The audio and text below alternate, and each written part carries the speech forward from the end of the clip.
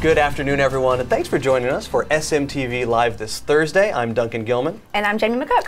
Another lesson today in customer service on social media, and this one's kind of funny, as many of them are actually, when a brand decides to respond and it's not the best use of social media. In this case, a disgruntled fan sent a tweet to the Kansas City Chiefs, and the Chiefs' response, or whoever manages their social media, their response was, "Would help if you had your facts straight. Your choice to be a fan. CC, get a clue." Kind of harsh. Kind of harsh, and it seems like they were trying to use a hashtag instead of the CC. Right. So I mean, it's just kind of poor social media. It is. So not only is it sort of insulting to your fan, but it's improper use of Twitter, Yeah. which is kind of a two-way fail. Yeah. It is. Yeah. I mean, and they blocked him. So he had gone in and he had reposted the direct message they sent back, and Right. they couldn't even see what he did because they blocked him already. Right, and then they came back and apologized because they were harsh, and he couldn't see the apology because he was blocked. Exactly. What's even funnier about this, let me pull up the Kansas City Chiefs Twitter page. So take a look. Here's the Kansas City Chiefs on Twitter, 108,000 followers. Now here is the fan who tweeted them, Travis Wright, 127,000 followers. So first of all, make sure you have a handle on your customer service, your brand image, and your brand messaging. Second, maybe do a little research on who it is who's talking to you. If they're huge in social media, maybe you want to take a little bit more care to how you respond to them. Right, and maybe even go in and do something nice, offer them free tickets, or just something nice as opposed to going out with a rude message, especially if it's someone that has that many followers. Right, if you're a huge brand, like a sports team especially, you're going to get all kinds of messages. You're going to get positive, negative, and you have a choice how to respond. And it could be funny, it could be witty, it could be positive, it could be neutral. Do something besides make the fan angrier. That would be my advice. Yeah, I think that's great advice that everyone should kind of follow. So.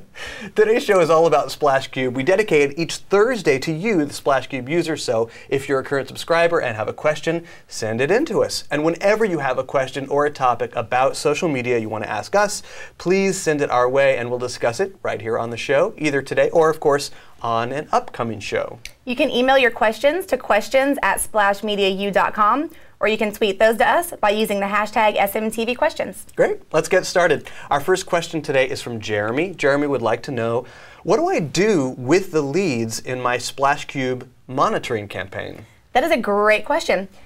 First off, a lot of people confuse the leads with results in the monitoring. The reason we call them results is because they're not really qualified leads. These are just more based on the keywords or phrases that you have entered.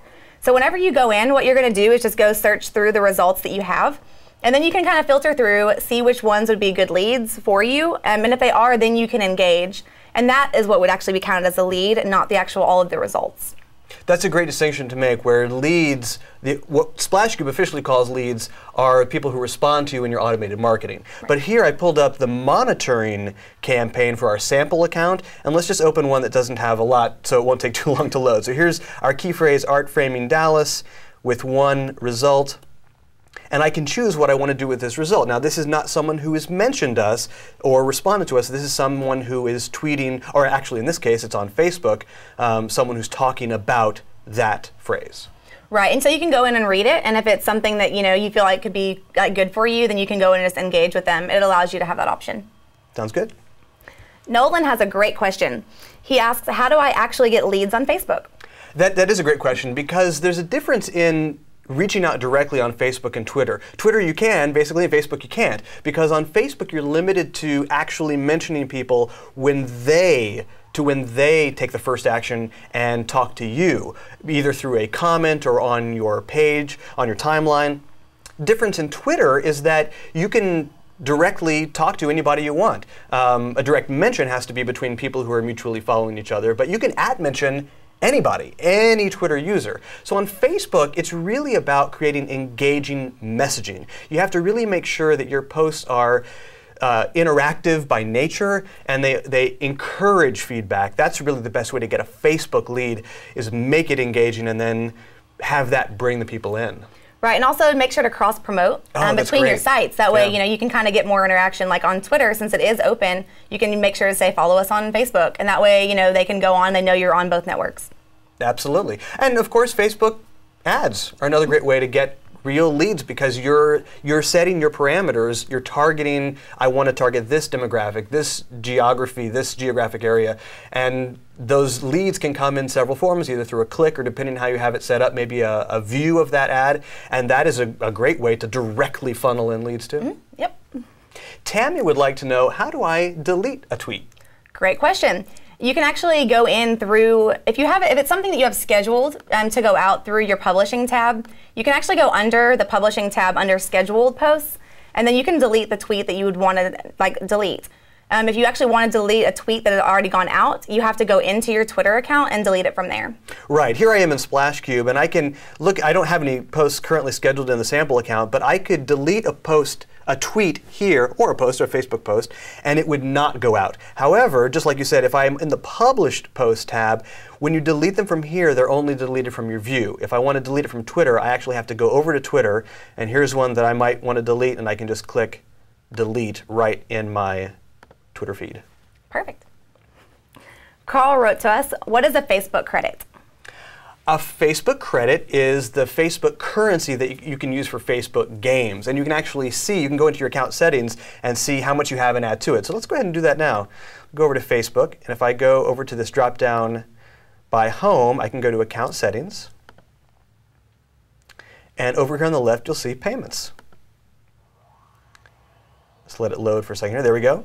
And I can see purchase history, payment methods, preferred currency, and I can go in and add some credits that I can use in Facebook games. Now, this is different than Facebook ads. That requires a credit card to be set up so that you can charge those as you create them. But these are credits that you can build up over time to use in games like Farmville. And Farmville's still out there? As far as I think I'm still getting invites for Farmville. I think I blocked most of mine, so I got kind of tired of seeing those. If you still have games, I think this is a great way to bring in and kind of funnel the money that you choose to spend. And it's also helpful that Facebook doesn't appear as individual apps on your credit card bill. It actually appears as Facebook. Right. So it's a nice way to manage all those together in one account. Yeah, great point. That's all the time we have for questions today. We want to thank you for joining us for this live broadcast of SMTV. For Splash Media, I'm Duncan Gilman. Remember to send us any questions you have about social media or about SplashCube. And I'm Jamie McCook. Have a wonderful day.